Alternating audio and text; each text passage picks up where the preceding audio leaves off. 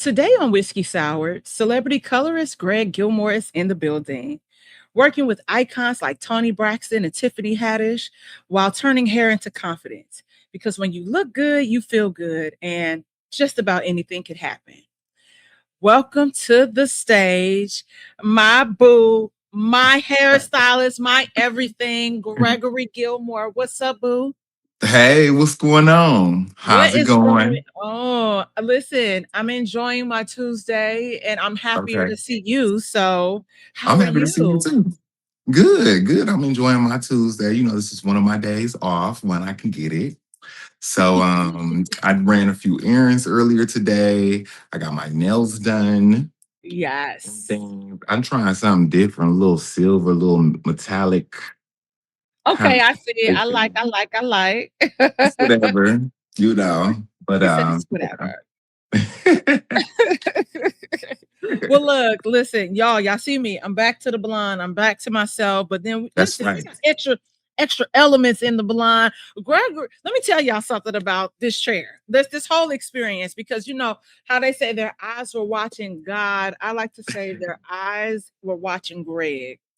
And that's no diss to the man upstairs because he know what I'm saying. Mhm. Y'all, Greg tells me, you know what about if we add something just a little bit to the room? I'm like, Greg. He said, no, no, no, don't worry about it. I got you. And then here we are, and we got the elements. And then when I brush it back, you can see it even more, down the Just a little part, something. just a little something to give it that Something to extra, play with. that zhuzh. Yeah. So I leave Greg Friday, and Saturday, I Mm, go to the movies. I'm crossing the street over here in Glendale at the Americana with my homegirl. okay. Somebody's honking hard at me. And I'm like, look, it's a bus driver. Homegirl is like, Okay. I know that's just right. all of this. And I'm like, thank you. I said, Greg did that, right? And she's like, I can see her, it's tea, baby, it's tea. And I'm like, Okay. yes, it is. Can you clock it? So Okay, as it should. as so we walk into the movies and like we're on the outer perimeter and there's like a table of black people. One of them is a reality star, and then there's a whole bunch of guys with her, but they're looking, and the other guy, he's like watching me, so we make eye contact, and then he turns back again as I'm walking past, and I'm like, hello. Okay. So yeah, all day it was like that. And then by the end of Wow. the night, I got cornered by a guy. Like he would not let up. You rocking that Damn. hair, you walking that color.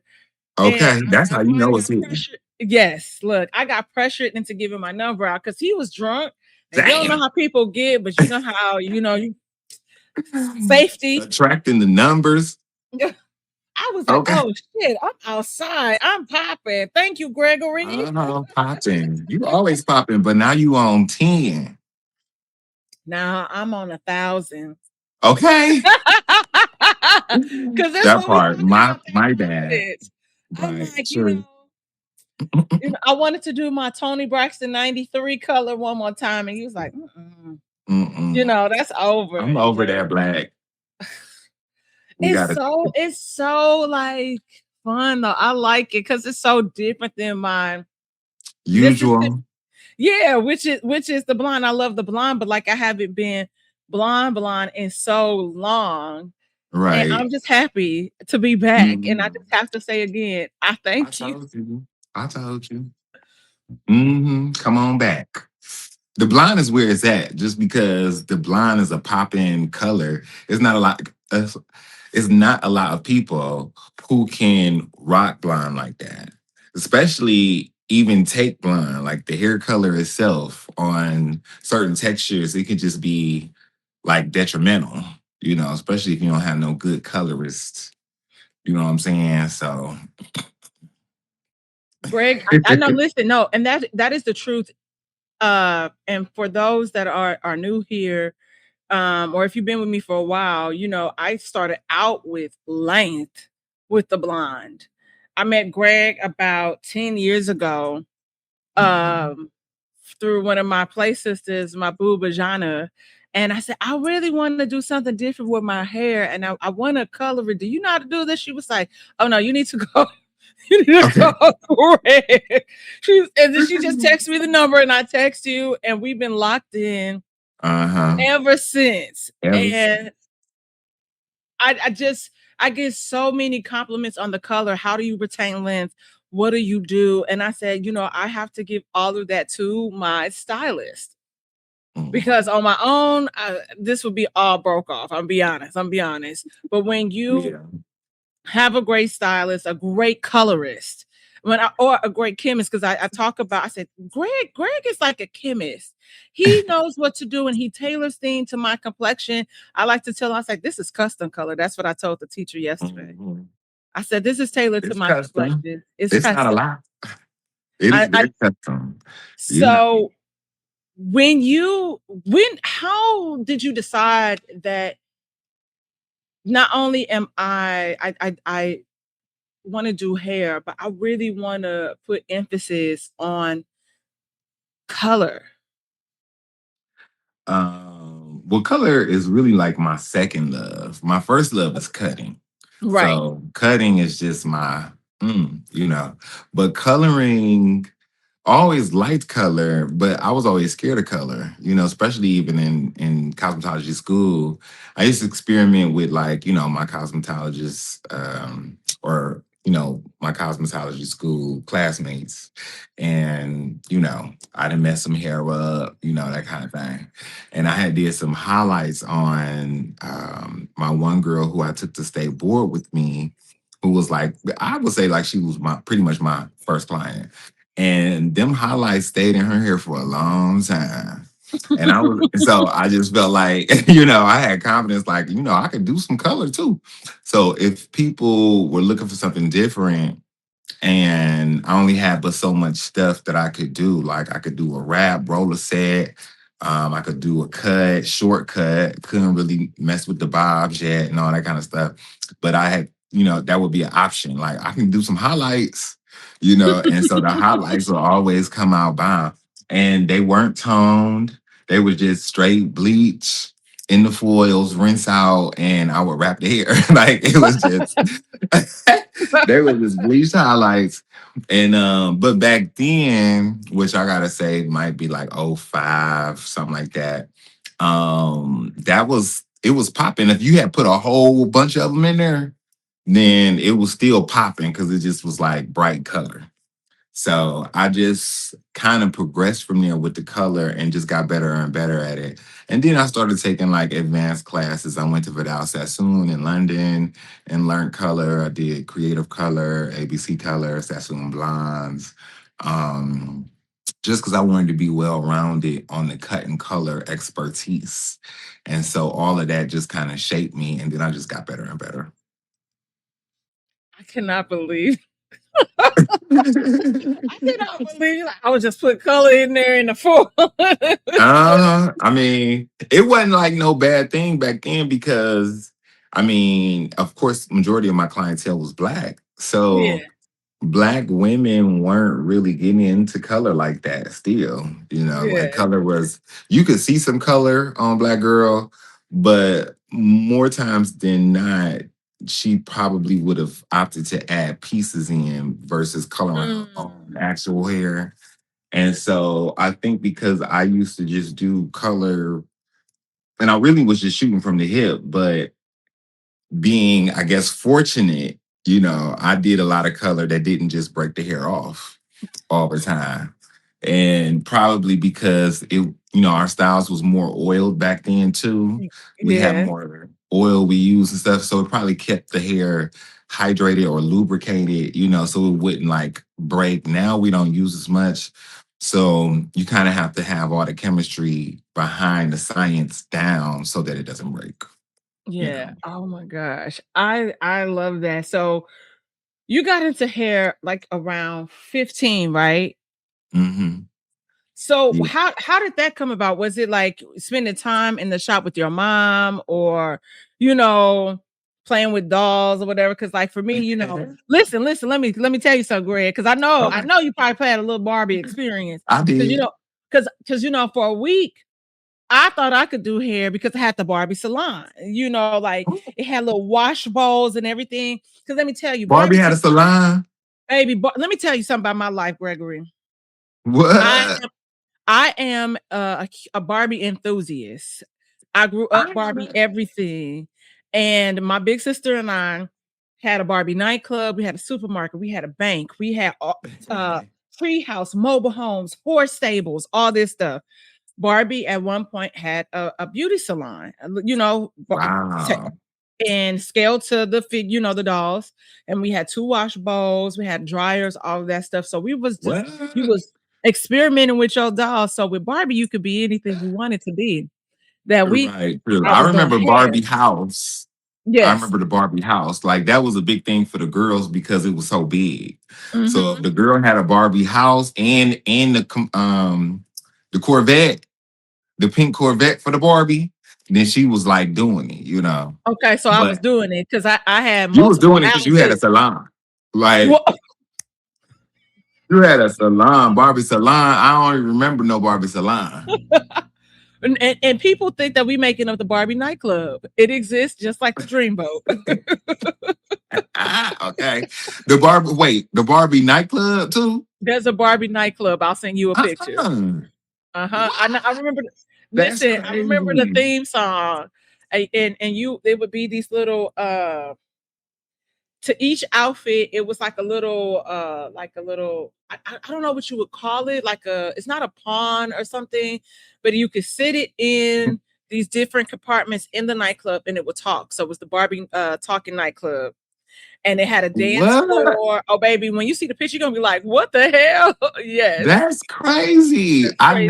I missed that whole thing. But wait a minute. How is they selling the Barbie nightclub to the kids? Let me tell Because you, who is Barbie for? Barbie was selling a lifestyle, and so Okay. Greg, She sure was. Barbie, Okay. Barbie was She selling had us. all. She was selling us a lifestyle in the '90s, and she still does it now. And but I would say it's not to the extreme of what it was in the '90s. Okay, that was the height of Barbie. Okay. Mattel, I still need a job. Like I've applied a Come on, lot. Mattel. Please, please. Uh, Come on, Mattel. Yeah, but I didn't particularly like play with Bobby dolls. I would sneak and like mess around with Bobby dolls. Like okay, my I think it was more so about like the fascination of the hair and probably the clothes and that it was like a real like she more so modeled a real person versus any other doll, you know? And so it was like that lifestyle. So like my stepsisters, they had the Barbie stuff when I would go over to my father's house for the weekends and stuff like that. Um I would sneak and play with my younger stepsister Kia, and okay, she had the Barbie dolls and stuff. And so in the room, you know, I mainly what I would do is throw the Barbie doll up and just watch it fall because I like to see the hair falling, you know. oh, So I would do flips with her and like spin her and all this kind of stuff because she would be like her hair would be flowing. So that's the only thing that I can relate to like playing with Barbie dolls. But I played in my grandmother's hair too when I was young. I would go over her house, probably just to be babysat. And she sat in this one chair and I would like it was kind of like a ritual because she had like a little box of all the stuff she knew I was gonna use on her hair. And so it would be like little clips, like um back then, young women like my mom, because my mom was young, she wouldn't have those kind of clips. Just my grandma. those So banana clips. it was a seasoned kind of clip. No, it was like a comb, and if you did like a bump, like that thing, French roll. If you did like a French roll, you just grab your hair up real quick. You Uh-huh. could put that comb in there, and it would keep it. Oh, though I Yeah. always wanted those, and I never. Lucretia I don't was know not what doing kind of that. car it was called, but she had a few of those, and she had some ponytail holders, a brush, hard bristle brush, and yeah, I guess some other combs. But I would like do that French French roll. roll. Little, I mean, I was actually kind of good with it because I would pull her hair back. I had to be like 7, 8. You know what I'm saying?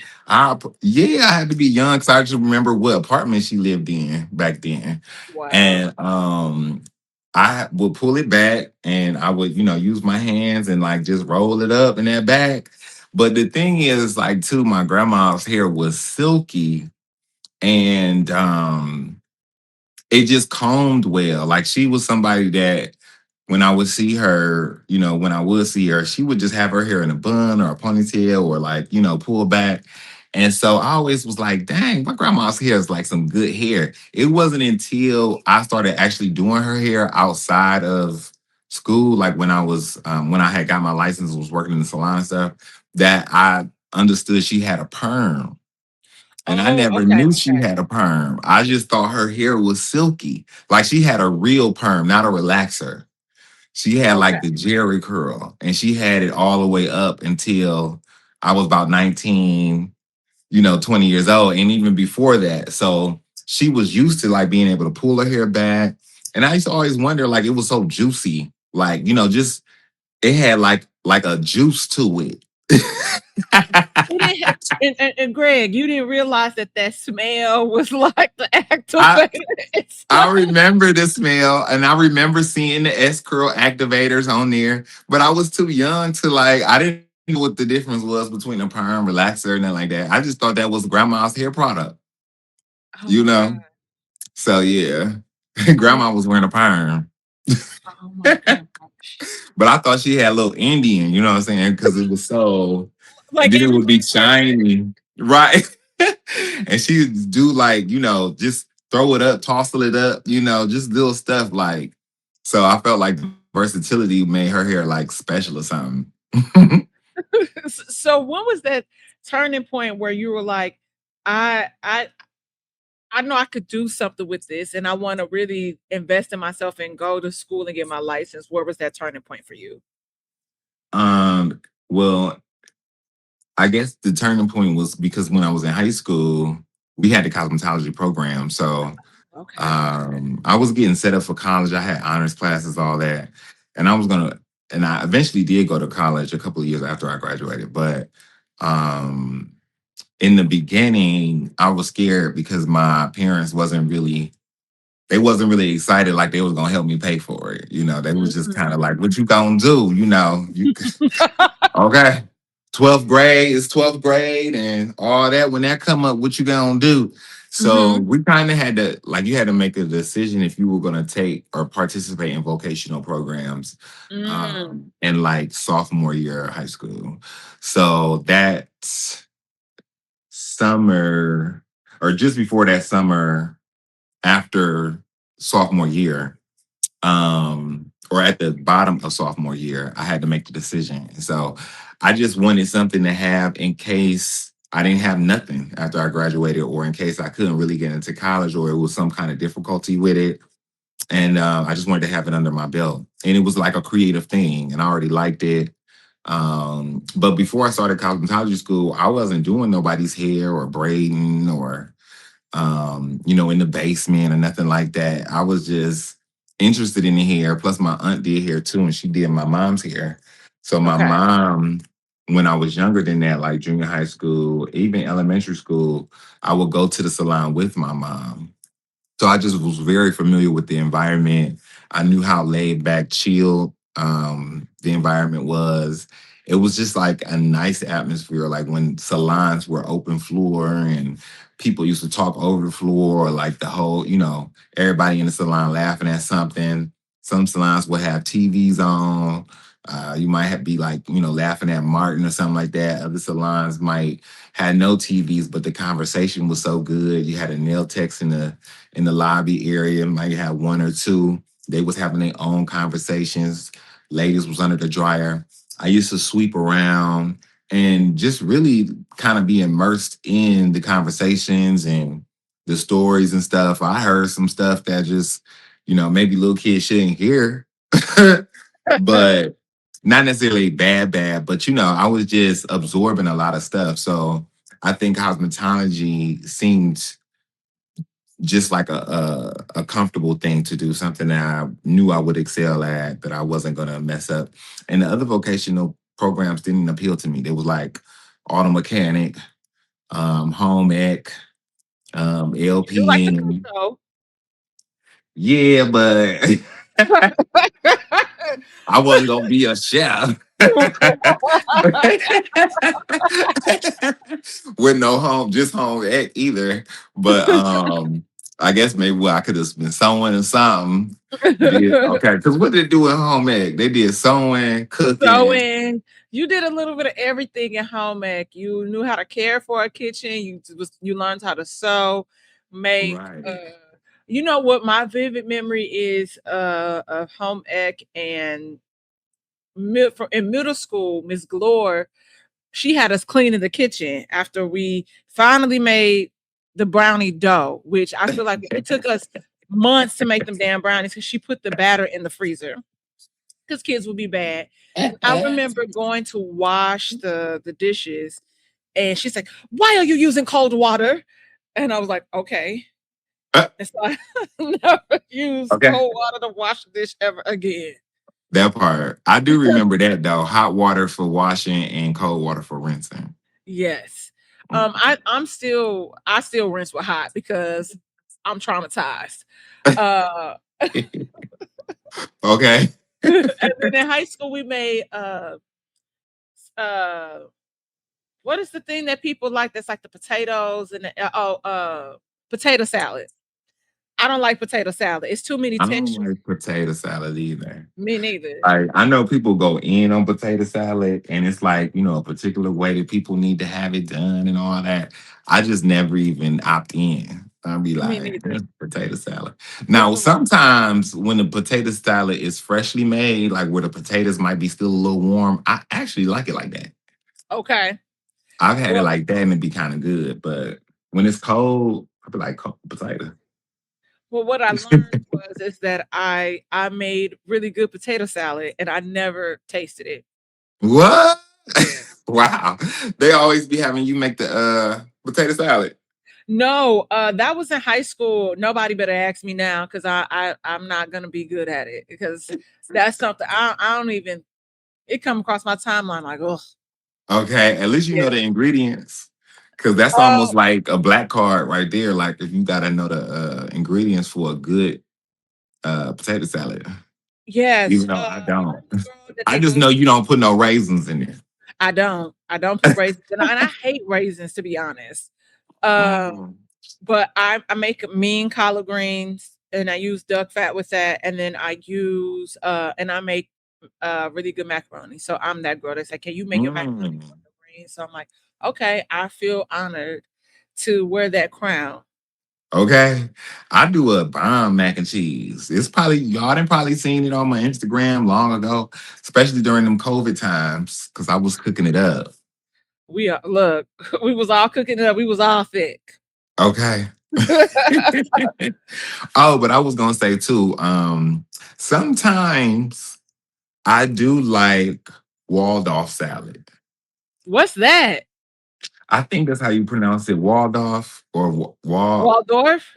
Yeah, same thing. Waldorf. You eat country. I know Yeah, what you meant. Waldorf. Because my grandma used to make some Waldorf, and it was good. Like little, it's apples.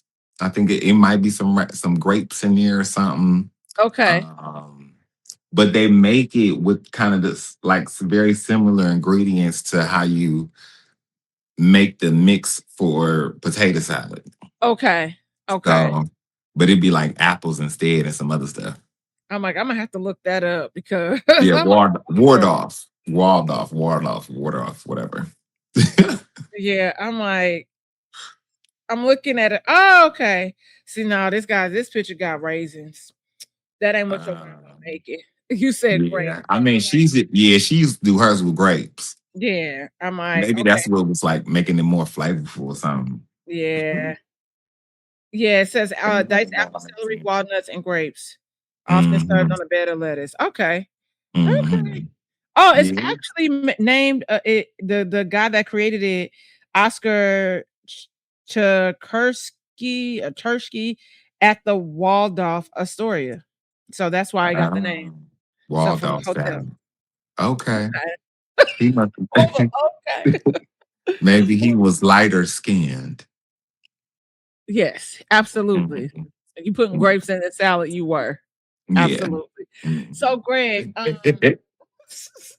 how has like being from Cleveland shaped your approach to beauty and the beauty business? um, well, I think Cleveland.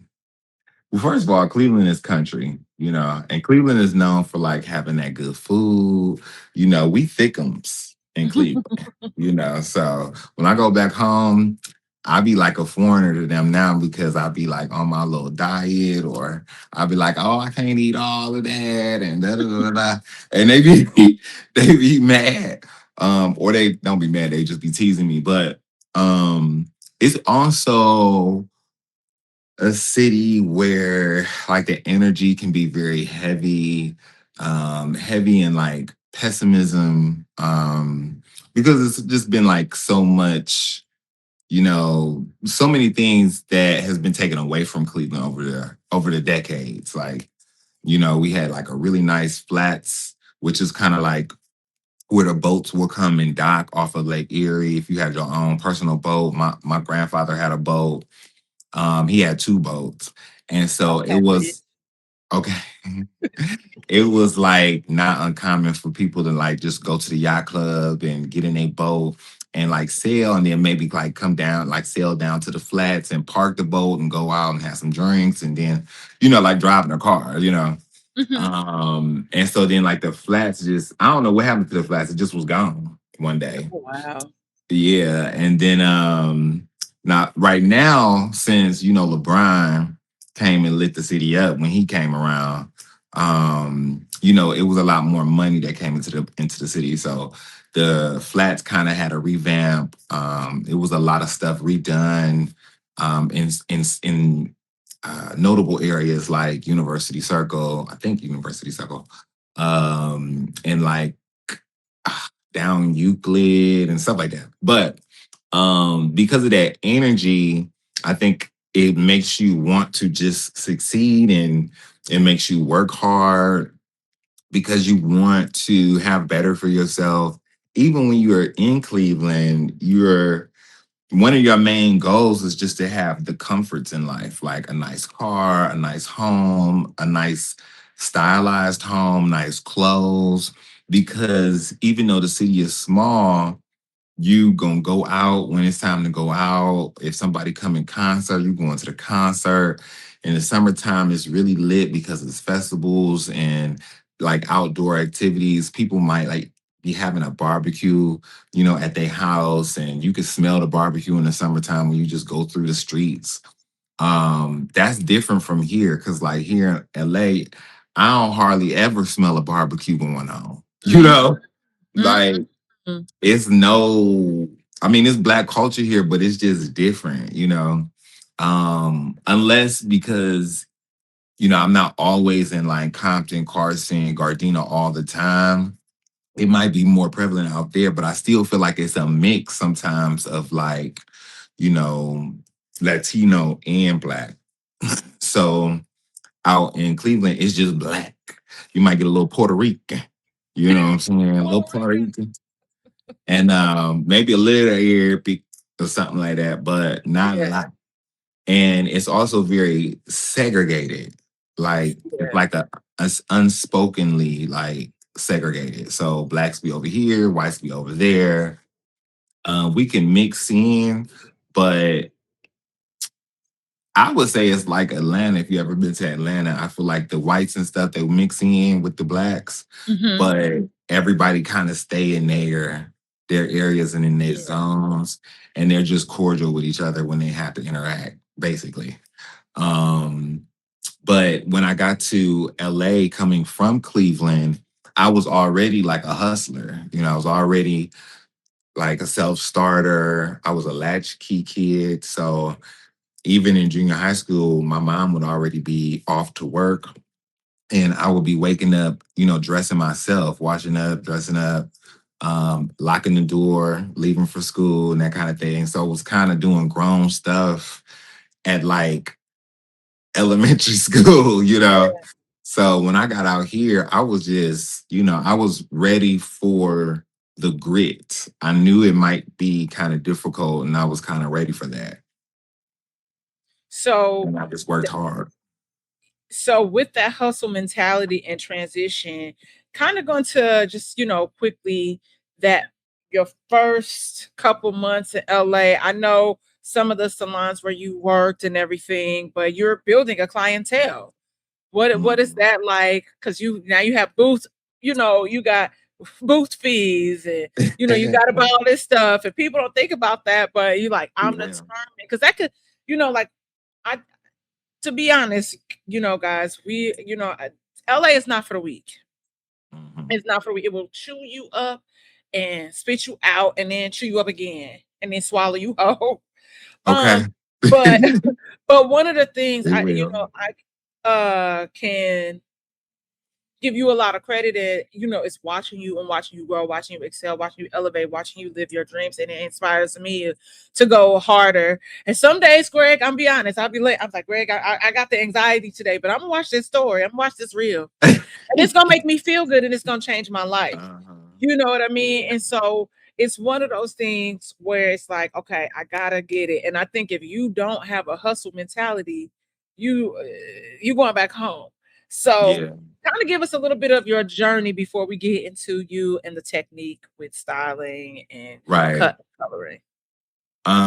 Well, I will say first, too, I think it was because I was so young Mhm. that I was able to get through a lot of the initial grit and struggle of moving to LA. If I would have moved to LA like at the age that I am now, I don't know. You know, like We now I'd be tired and I'd be like, sometimes I don't even have no hustle left. Maybe because I've been hustling so long. You know what uh-huh. I'm saying? But like when I first moved down here, I really just kind of came through like a back door window. It Okay. wasn't like somebody just kind of opened the door for me. My stepmother and my father were breaking up. And so my stepmother's parents, who I had known since I was 3 years old anyways, but they were in Orange County. And so my mom went to California out there just to spend time with them and kind of revamp and get herself together or whatever. And so me and my best friend came out on a visit one time and we went to visit them too. And it was just one thing they had said. They was like, man, you doing hair so good. Shoot, you should be out here doing hair. Shoot, you can stay with us at least until you get on your feet if you want. You I ain't was sitting. like, okay. So I think it's like those times where you have an opportunity and they don't come all the time. It's really like you have to recognize that's an opportunity. And so that was an opportunity for me. And I was 24. And when I got home, it was all I could think about because then I would be like driving through Cleveland and I would be like, man.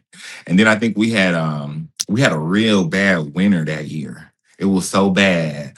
And I just remember thinking, like, you know what? This is my last winter up in here. I am not doing this no more. And I just started saving my money.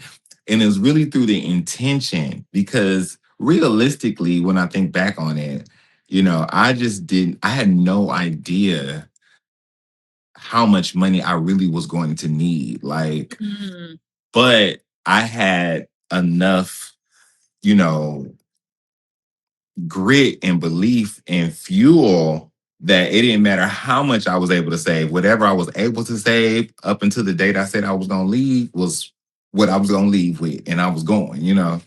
And you don't have that kind of spirit no more once you start getting older, because so yeah. much has happened to you in your life and you kind of grow a little bit more cautious and fearful. And, it looks bad when you constantly starting over or something like that as you get older. And so I think that's one thing that, stops a lot of people from like, trying stuff and doing things. But I had the zest of a young person. I went to move with them. I stayed with them for a year. And the whole, like the first 4 years of being in LA, I just struggled. It wasn't no big breaks or um, anything spectacular that happened. It was very much just a brick by brick by brick, staying in it, where I could look up one day and just be like, dang, I got clients. I got a place to stay. I had some expendable income at some point, where I could buy some jeans, I could buy a pair of shoes. I always was like at least feeding myself. So it just was a slow progression. Even I would have like opportunities because I went to work at a salon called Eclectic, and under um her name was Jackie, and she owned the salon. She let me in. I auditioned. She kind of let me in on commission, which was like a big break for me because I couldn't afford a booth rent anyways. And so she just kind of took 50% of like whatever I was able to do. And so some days I might not have nobody, some week, like it could be a whole week and I didn't like have nobody, but I was coming from the old school of Cleveland, which I had been doing here for 8 years in Cleveland before I moved. So that was the rule of thumb that, you gain a clientele through word of mouth and through just being in the salon. You had to just be in the salon. Whether you was gonna get a client, whether you had one on the book or not, you just had to be in the salon because you don't know what can happen, and anything can happen, and you can miss it if you're not there. Yeah. And so my first big break, which it wasn't even a big break, but I got to do Jennifer Williams' hair for Basketball Wives reunion show. This was when the show had like first came out. So it was something that the owner Jackie had just passed up. She didn't want to do it, so she was like, "You can go and do it." Da, da, da. And I was like, "Okay, yeah." So I was so excited, and I went and did it. And then like I went out with my friends that night because I was happy and da da da. And then after the club, I went home. I was on my way home, and I crashed my car. you know, yeah. I totaled my car, and it was the car I had drove from Ohio to California in. And I had a lot of my stuff with me. So at that point, it wasn't no turning back. Like I was pretty much stuck. I couldn't like You're like, get you on could my leave technically if you wanted I, to. right. I couldn't even leave if I wanted to. Like all my stuff was like there. My car was gone. I was kind of stranded in LA. Well, in Santa Ana, because that's where I was staying at. And so I had to literally like find a bus route from Santa Ana to LA to get to work every day. And I think all of that just it really trains you. It's like boot camp. So it really trains you Yeah. to, be like in the army. I knew I needed to do this. Everything I had counted on it because I didn't have anything else, you know. So and then like Man. anything that's come up after that has been just like, because that was the hardest. Yeah. That was the hardest. Like, Man, that's crazy. I don't, you know what? I knew the eclectic story, but you never told me that you totaled that car. Like, yeah. dang, Yeah, Greg. I had a whole bunch of little cars that I had messed up. Like that one was like the first car note I had when I was in Cleveland. So it was like a new car. It was a Hyundai Sonata. It was the first Okay. V6 I had. So I felt like I was doing it in the Honda Sonata. Okay. And it was a brand new car. And then I remember my car note was only $450. And that was still kind of high. That was high for that car At the too, because I time, didn't have no yeah. credit. And I I told her that car went on my credit score. That stayed on there for a long ass time till it fell off. Yeah. you know. But all that stuff's behind me. But after that, I had saved up enough money from going back home to Cleveland because that was my last resort. I wasn't making enough in LA. I had to make routine stops back to Cleveland to do my old clientele, and then I would re-up and I would come back and I would be able to like sustain myself while I was waiting on my clientele to come in. Mm. And one of the like a couple of those trips, after I crashed my car, I went without a car for like 3 months, maybe Okay. 3 or 4 months. And then I was able to save enough money for another, like, to go to the auction and get a car. Okay. And some girls that I had met that started working in the salon that I was working at before I left had told me about another girl who had moved from Cleveland there and that I should connect with her. And here's her number. And so when that happened to me, I had connected with her and she had connected me to another girl or a woman who was also from Cleveland, but had been in LA for 20 years. Hmm. And that was the thing that she did. She helped young Black men who were, had a suspended license, who were looking for a car, who were, in need. She helped them get into programs and stuff like that. So her name was Cheryl Rich. And I called her one time. I told her what happened. I told her I had $1,000. And she was just like, all right, so meet me at this gas station at this address at 10 a.m. tomorrow. I'll see it in. And that was it. And I was in Santa Ana. So this is somewhere in LA. So I'm like, dang, it was like everything was always like a obstacle or like a strategy or like something like me proving myself or something. And so I had to find a bus route to get there. And I remember walking up on her car after I had did all this stuff to get there. And it was right on time. And she's like, oh, you on time. That's a good sign. Oh. Just so casually too. And I had just been through all this stuff trying to get there by 10. But we had went to the auction and she just kept saying, nope, no, no, no. I'm like, damn, I'm looking at all the cars outside. So Yeah. she was like, pop the hood, like check that transmission. And then like one of them, Mm. she had checked and she pulled the little thing out because you pull that little thing out. That's on the older cars. I guess we Yeah. don't do that no more. I don't know. But you had to pull that little stick out. And one time she pulled it out and it was just dust came out. And she's like, see, look at that Oh, like dust. the engine for the oil. Right. The Yeah. transmission fluid. And Oh, so I okay. would have had bought the car and it probably would have just, Conked out on you. yeah. So she was just real like wise and that kind of thing. And so that first day we didn't find nothing.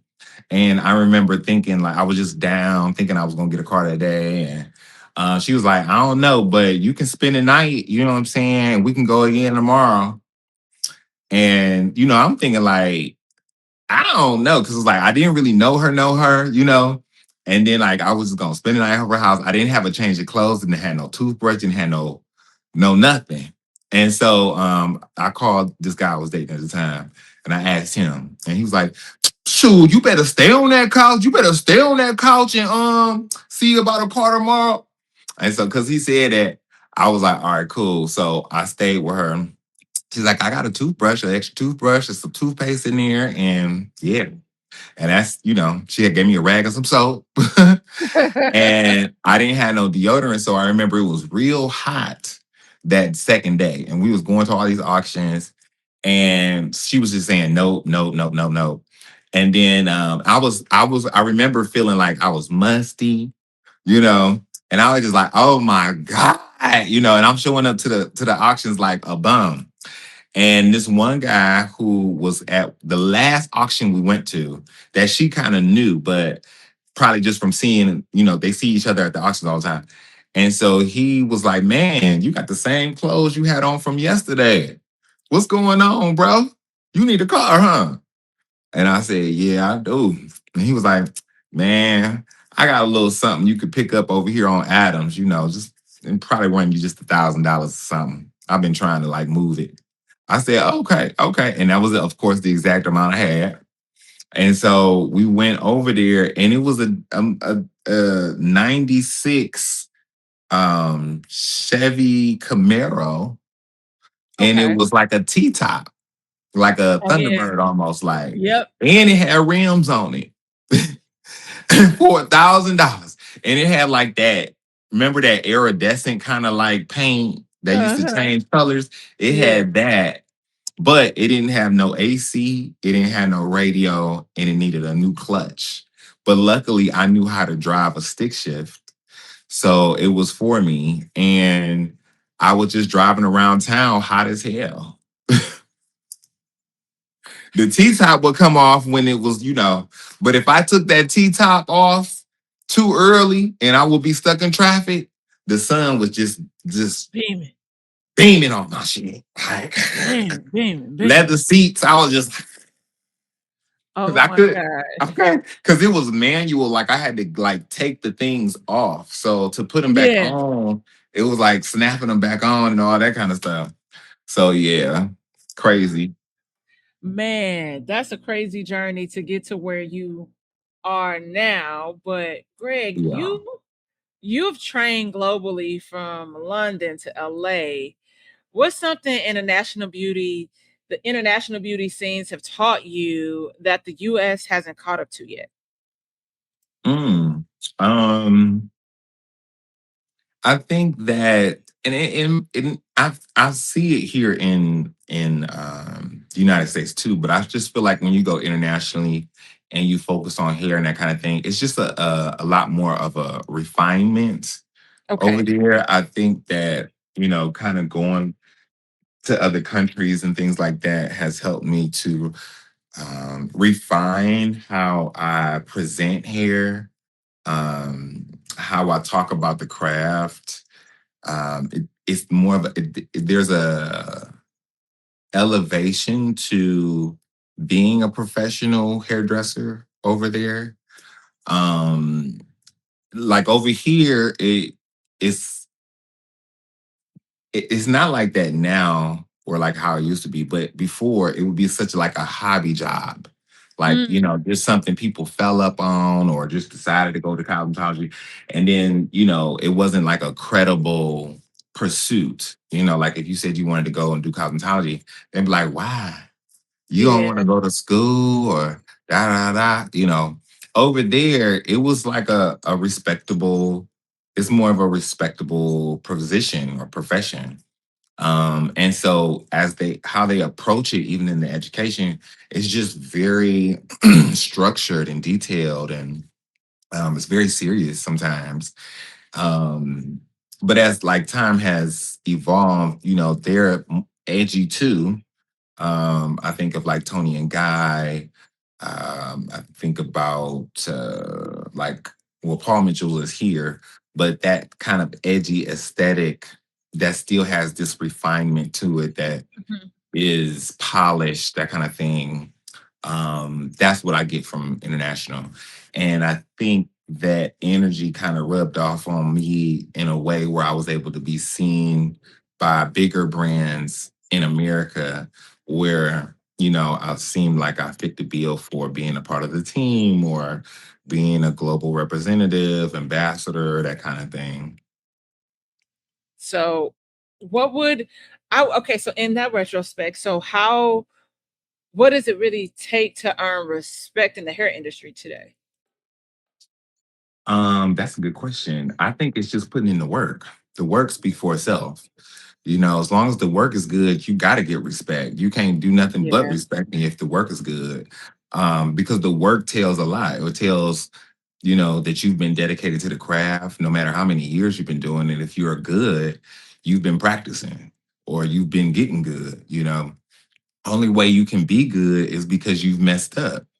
So Yeah. you've gone through the trial and error and, you know, making sure something, comes out right and messing it up and trying it again and, hurting some people's feelings because what they expected wasn't what they got, you know, Mhm. so that you have so many more times to have satisfied clients of getting the things that they actually wanted.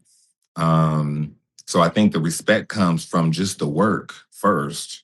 And then I think secondly, it is the integrity behind the work.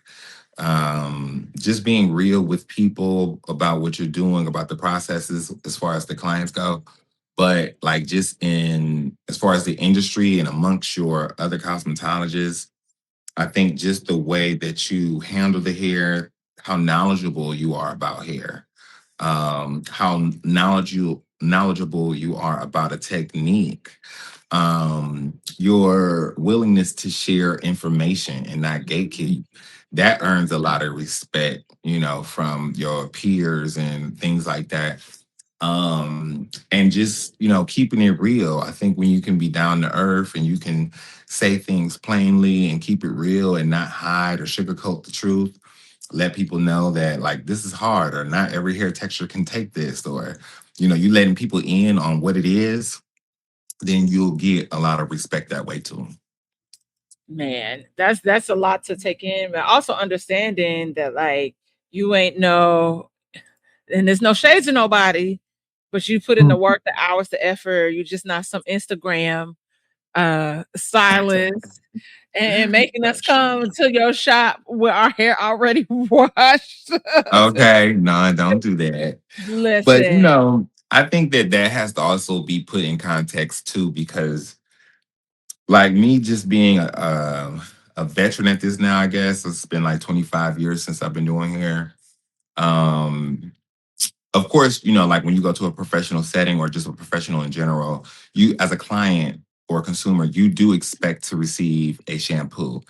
mhm, Customarily, the shampoo is going to just come with your service. yep, However, when you have so many more uh, intricate techniques that are in demand, like the full sew in, like the sew in was not a thing before. It was something that was kind of passe. Like if somebody could tell you had tracks in, that was like you was found out. Like that was a read. Like what? You got fake hair? You ain't got, because people really had hair. yeah, Now it's just a customary thing. So it's like one of the number one services that you can get when you go to the salon is a sew-in. Um, and so when you go with people who are extremely booked, and maybe they come from a generation that never even cultivated the real hair side, they're trying to cut corners on also meeting the demand of how many people want to book with them that day. yeah, Like, if they got four people that want to sew in, some people say like, oh, well, why would you overbook? That's, everybody be overbooking and da da da. Da. But especially with black stylists, you got to think about the economy. You got to think about the lifestyle. You got to think about, you know, economically what it costs to live in any city in the country. And then you think about the services and how much those going rates are. Before, shampoo style used to be like $40. mhm, I remember it used to be high, it was 55. You can get a relaxer and cut for 75. That was kind of up there, back in Cleveland. When I first moved out to LA and I was on commission, I had to charge what the salon's prices were. So a shampoo style at that time was $85. That was a big number for me. It was hard. I had to work on saying that to my client after I was done. And I had to work on my mental on making sure I could feel that I was worth $85 for a shampoo style. Like, yeah, is my shit flowing? Is it like precision? Is it like perfect, for $85? And yeah, so that pressure that's on the stylist, sometimes those prices don't realistically meet the needs of the economic lifestyle of just simply living in yeah, our country. So people will overbook because they have to make ends meet. Like if you only booked so many shampoo styles for the day, you still could only be coming out with like, $400, 450. Not now, because a lot of, stylists have become smarter. The generations that's under us are more bold too. So they're yeah, asking for more money. They're demanding more money. And to meet the demand of the client who wants to get in, but also doesn't want to stay a long time, yeah, they're implementing, well, look, come shampoo. yeah, Like if if the shampoo and the integrity of your hair is not a big deal in this instance, because you're putting it up anyway, we're doing a sew-in, then you can shampoo your own hair. And Yeah, then you come already blow dry, I'll braid it up, put the tracks in, send you out. 300, 350, 500, whatever. And then I got to get the next girl, yeah, because rent in California minimum is like $2,400, one yeah, bedroom, and yeah, some not gonna even, pan that out in 1 week. yeah, It might take them 2 weeks to get that amount of money, and that's just the rent. yeah, So I think that there's like that disconnect too with communication on that part. I think old school veteran stylists or just people who are like really specializing in working with real hair and healthy hair and that kind of thing, they're gonna shame that in a sense because it's almost like it's like a quiet resentment. Like, okay, so now y'all not even shampooing the girls. All right. But yeah, because it kind of discredits all of the training and all of the apprenticeships that we did and all the time under a mentor in the salon and all that knowledge that you have about what shampoo is for the scalp, what shampoo is for moisture, what conditioner should be used for strength, how do you do protein, how do you make the hair healthy. All that stuff is kind of out the window if you go into a stylist that don't even require you to have that's not even going to give you a shampoo.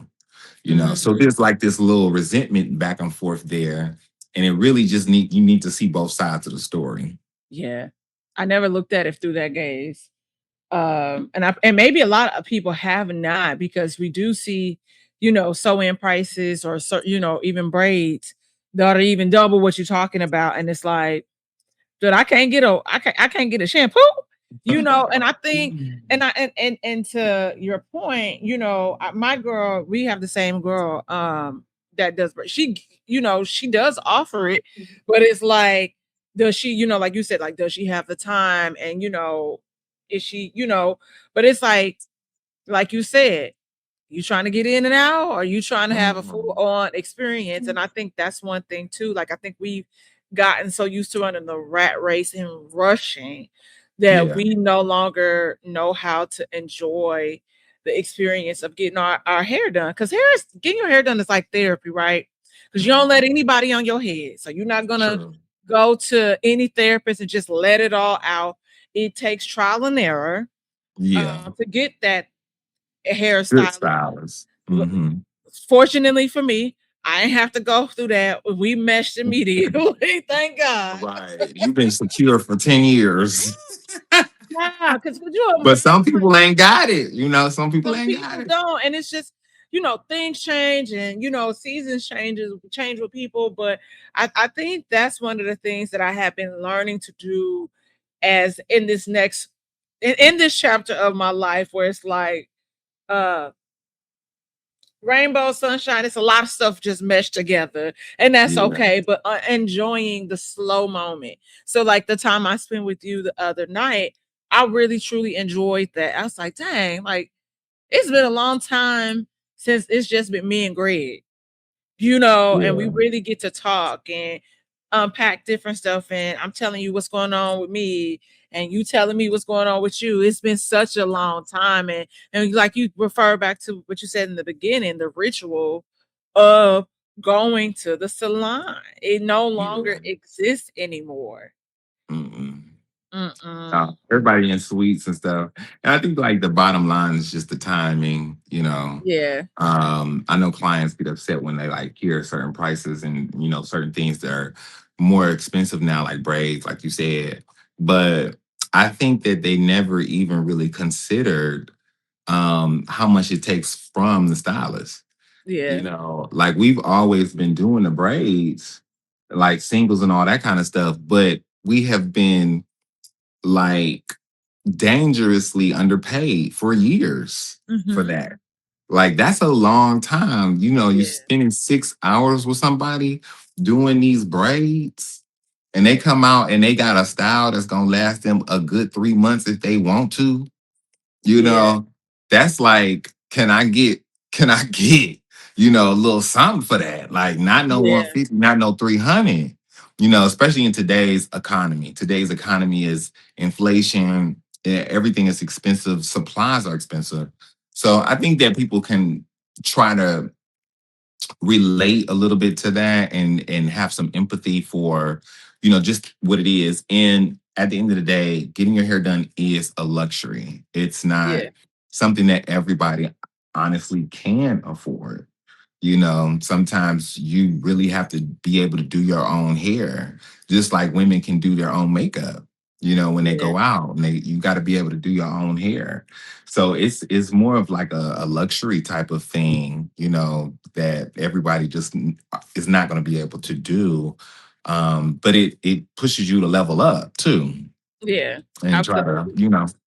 because I've had clients that have been with me for a long time, but they couldn't stay with me, Oh, okay. because I had kind of moved up too, and they couldn't move. They hadn't moved up with me, so to speak.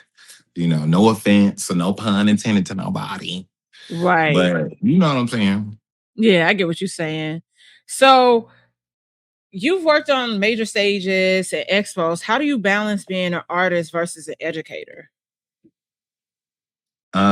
Well, the artistry is always first. I'm always an artist first because that's what is in my heart. That's my true self.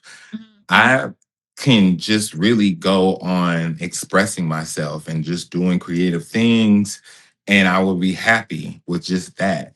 The explanation of it is the education. And I think over time, I've created, well, I've attracted a lot of people wanting to know things, which has allowed me to create a rapport with the public, with other cosmetologists, other educators, clients.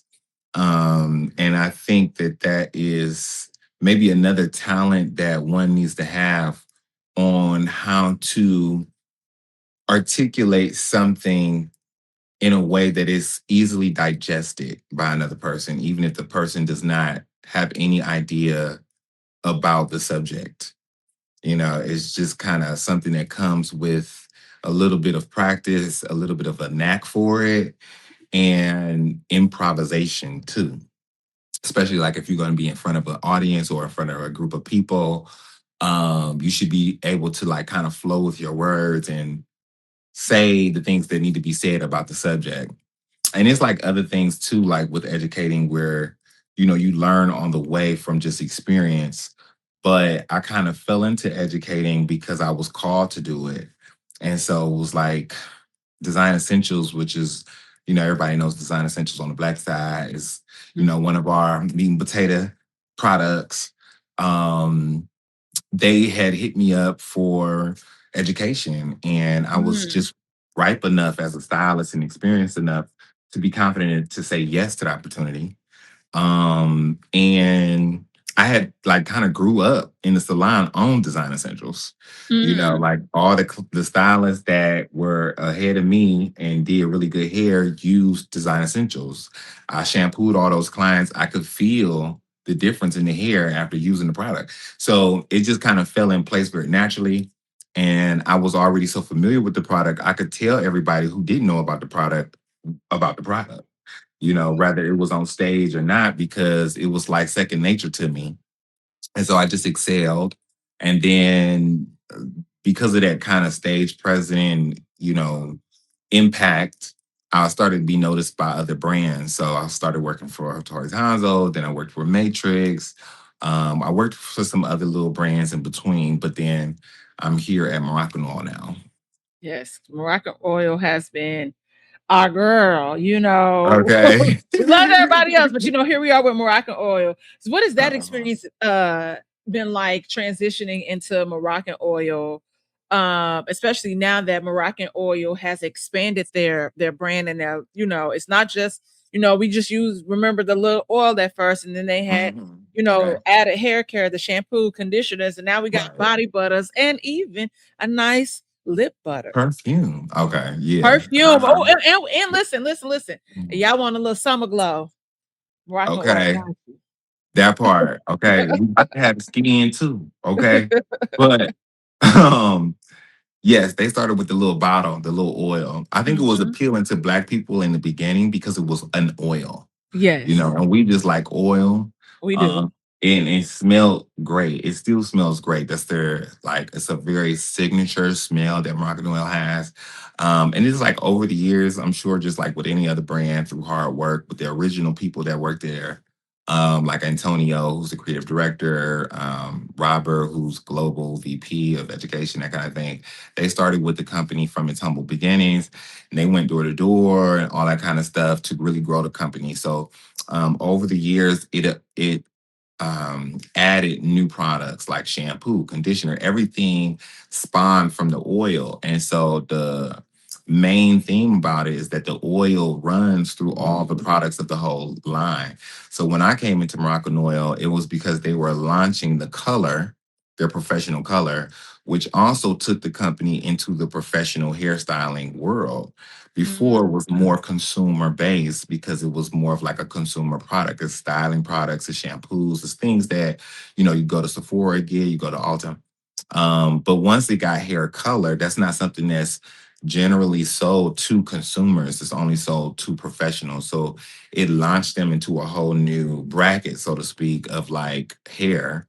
And that's where I came in, and I was already real knowledgeable about color, up until that point, because I was doing the highlights with no toner in school.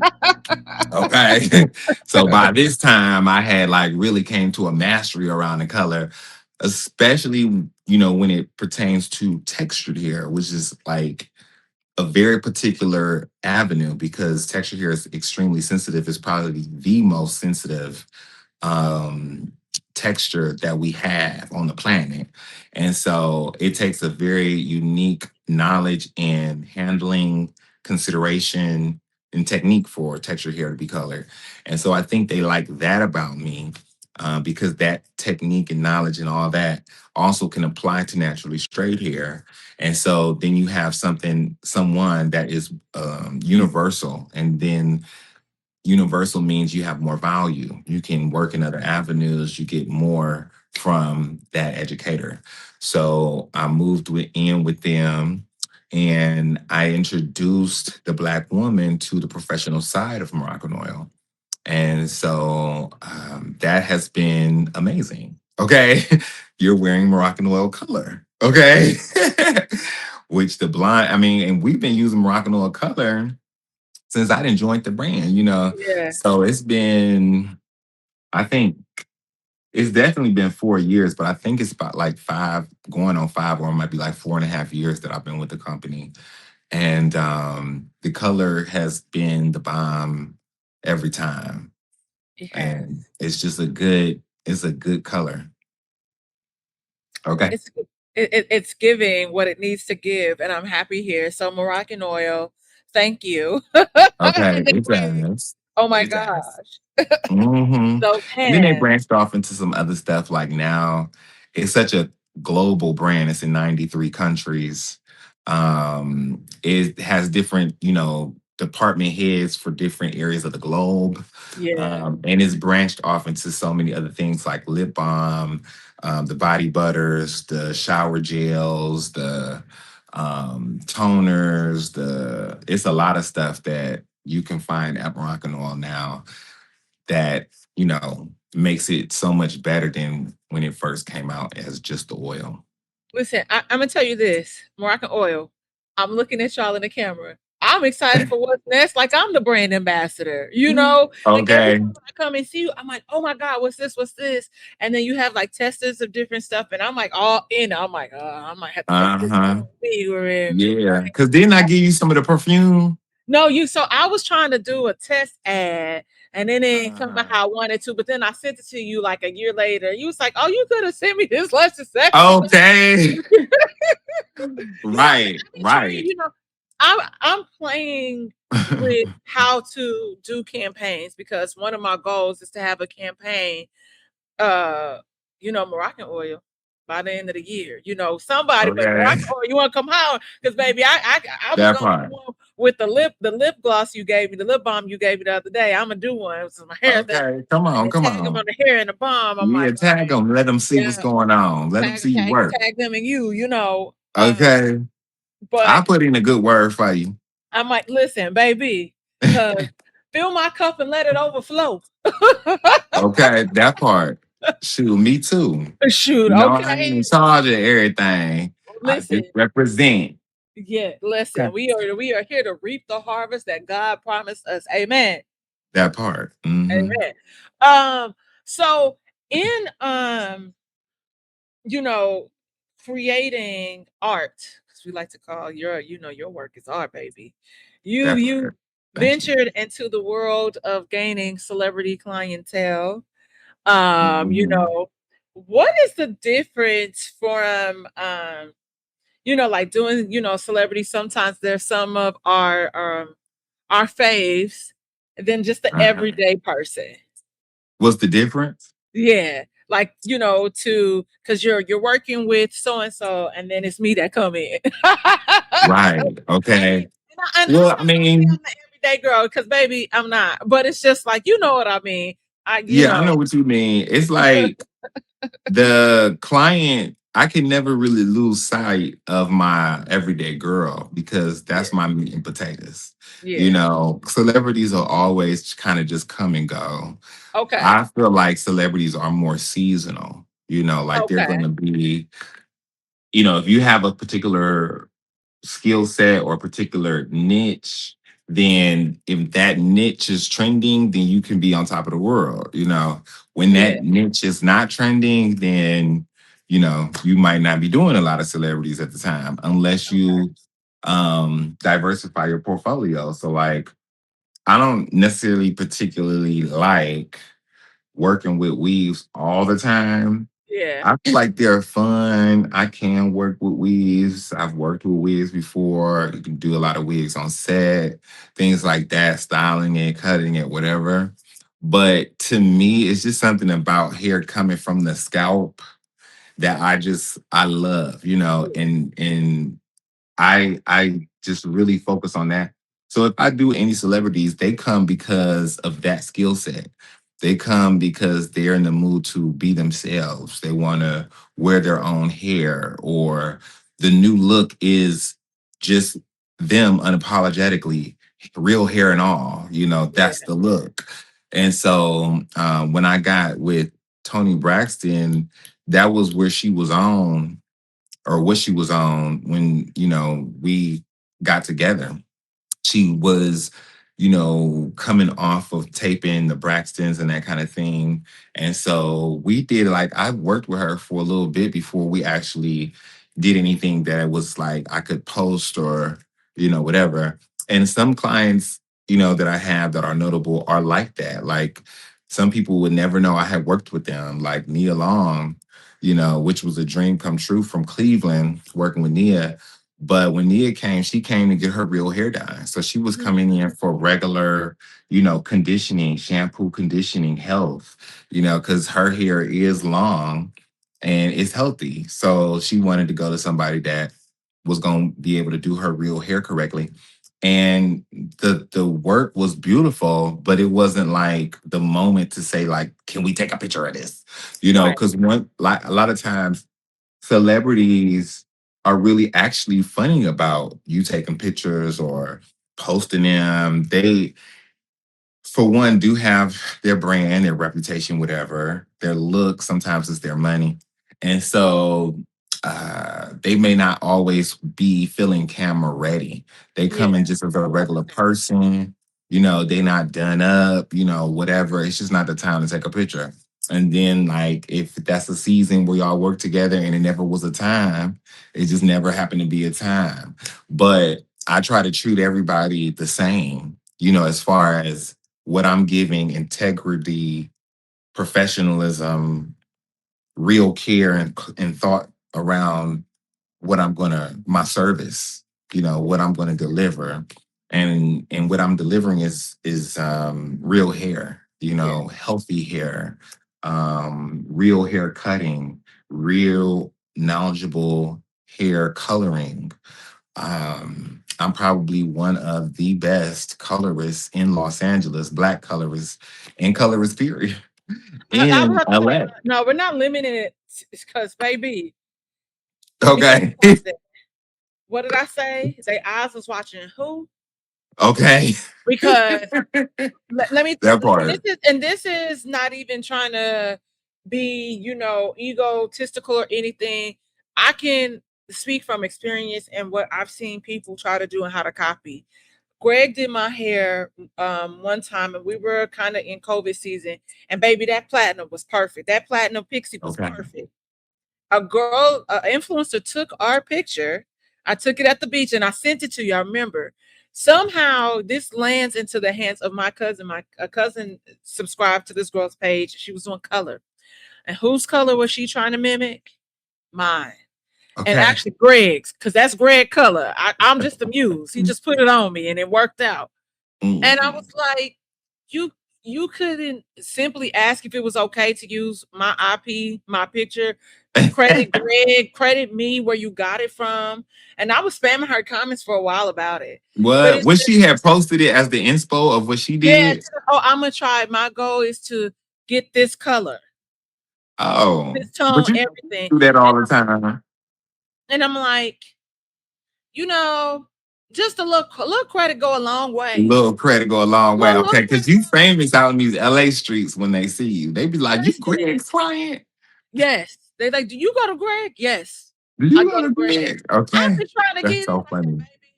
I said, he only got room for me. Okay. At this No, point, because but it's crunchy. listen, but and I appreciate that, but it's just, how do you deal with people, they say the highest form of flattery is imitation. Imitation is the highest form of flattery. How do you go about in a world where, your IP, your art, and everything is often imitated? How does that make you feel? Because sometimes it's just not, especially if it doesn't hit how it's supposed to hit. Hit like it's supposed to hit. I know. Well, that's the one thing that kind of lets me be cool, Yeah, because ain't nobody gonna be able to do it how I did it. A lot of times the things that I'm doing might be just because of the situation.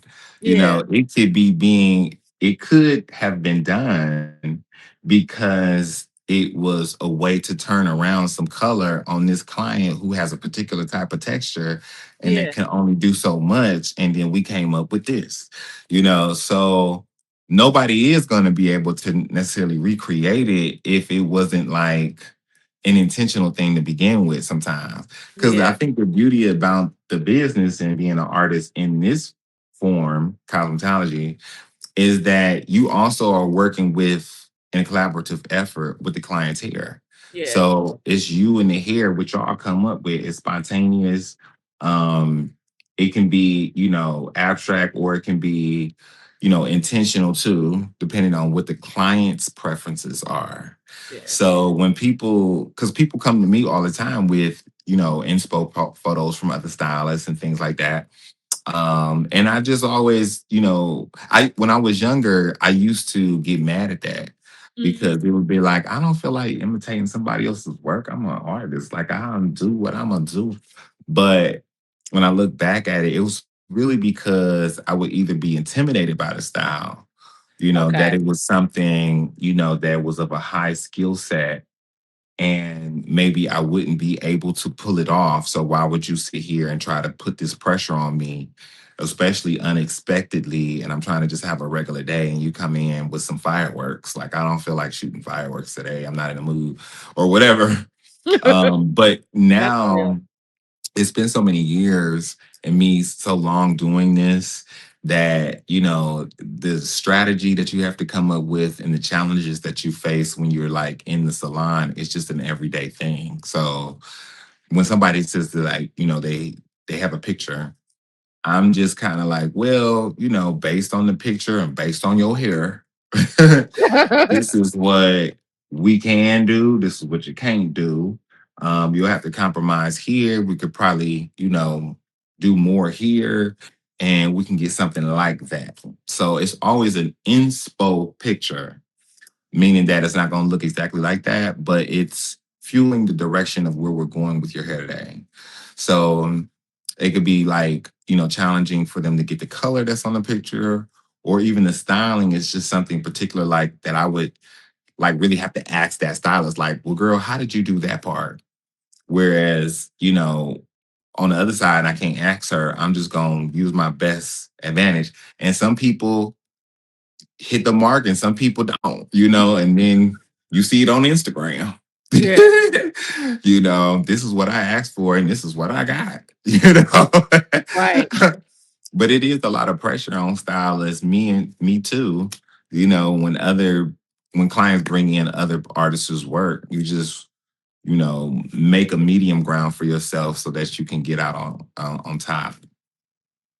So speaking of social media has everybody think that they're a hair expert. What is a Hmm. trend that you wish would just die?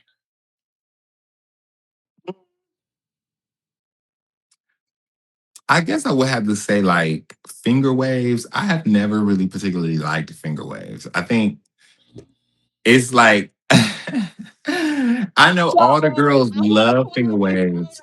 photo from 2019 when you was like, I want to. No. Okay.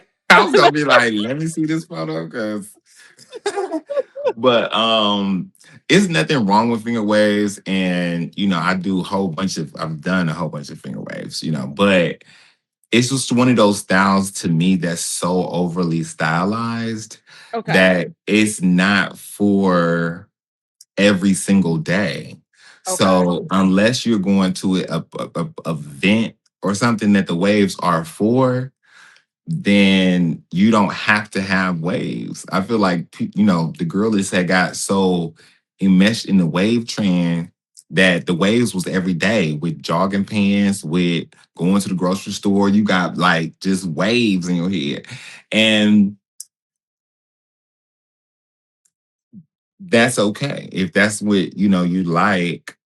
But I just feel that if you get a really good cut, the beauty in a really great cut is the versatility in the cut. Yeah. The way that it's styled so that you can move it and place it and style it in different ways depending on how you feel throughout the week.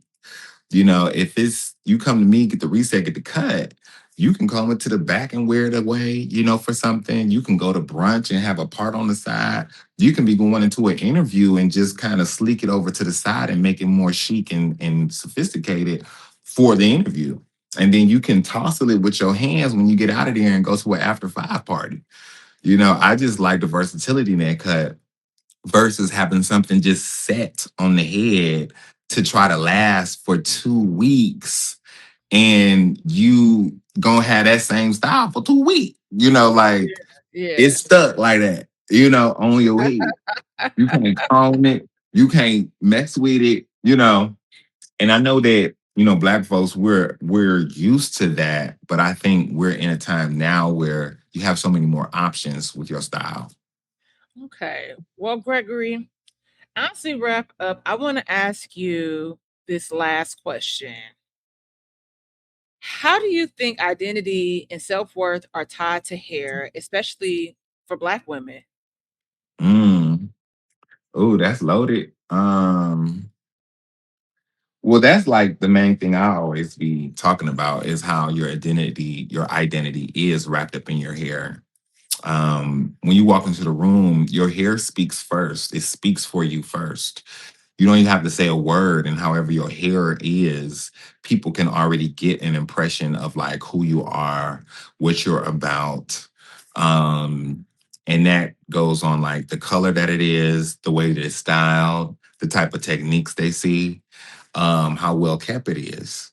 And you could tell a lot about a person by the way they keep up their hair. Like if they don't keep up their hair, they might be having, financial problems. They could have had a death in the family where they're, going through mourning. They could be depressed, or they can just be overwhelmed. They single mom, doing a lot, going to work, helping the kids with the homework. They don't have time for themselves. So how you present or how your hair is presented really says a lot about you. And that's how it's intertwined with your identity also tells on you as far as your preferences. So if you like finger waves, and maybe you from Cleveland like me or whatever, if I see that, I'm be like, she might be kind of hood. Greg. She might be kind of hood because it's the hood that likes it over stylized. No Mm, shade. It's yeah, and it's not like bad or good or whatever. It's just what you can tell when you yeah, see somebody with that style. You could yeah, tell a lot about who they are as a person, or at least what their preferences are. If something is just chic and simple, where less is more, is uncontrived, then that might be someone that, maybe is within a circle that has a broader sense of thinking. And that's not to compare it to any other culture or demographic or, group. It's just that that's like whether they're white, black, Arabic, Chinese, if that's what you see, you may associate them with that energy, of a broader type of thinking, or a sophistication, a chicness, class level. Um, and I like to do a lot of that type of hair. hmm But and so I'm going to attract that kind of clientele too, because your vibe attracts your tribe. So it's like your association, that kind of thing. As a hairstylist, I'm going to be probably booking out a lot more of those sophisticated styles, or those styles that have a lot of movement, or like are really healthy hair, or your real hair. Um, and that particular woman is a professional woman. Usually, she's a woman that is organized. She has probably disposable income. She has a level of sophistication because she needs that to even sustain the lifestyle she has. Um, she dresses a certain way. She talks a certain way. She can be a little hood, but she can also be in corporate.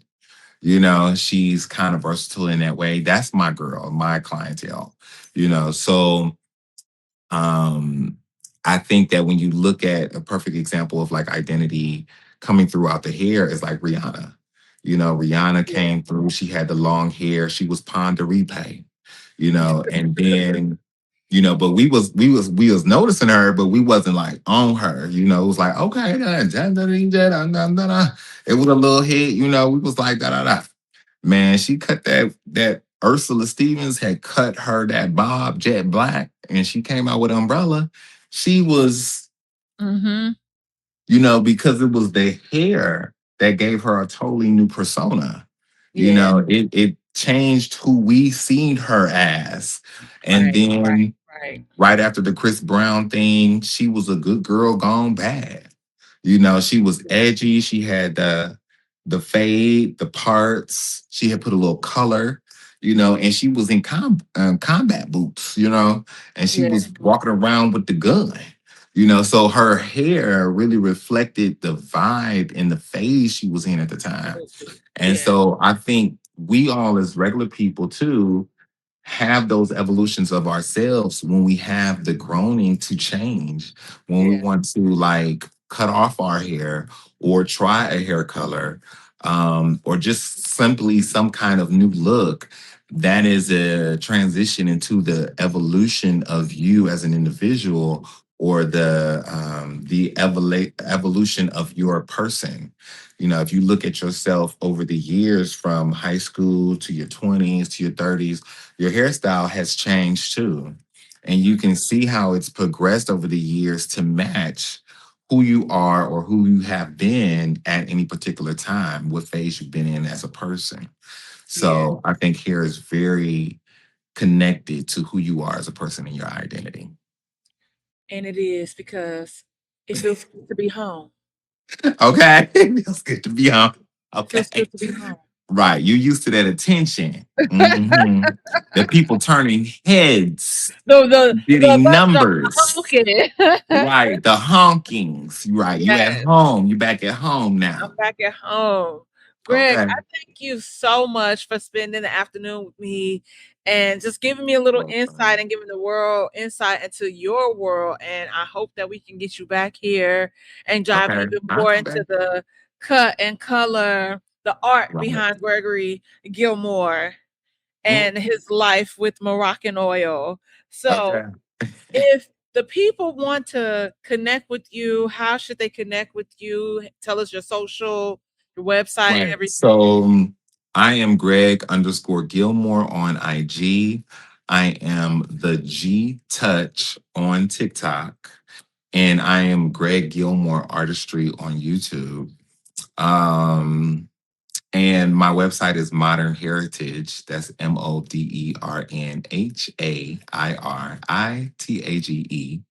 MODERNHAIRITAGE.com. And you can know more about my philosophy, how I am as an artist, that kind of thing on my website. And you can also contact me through my website as well.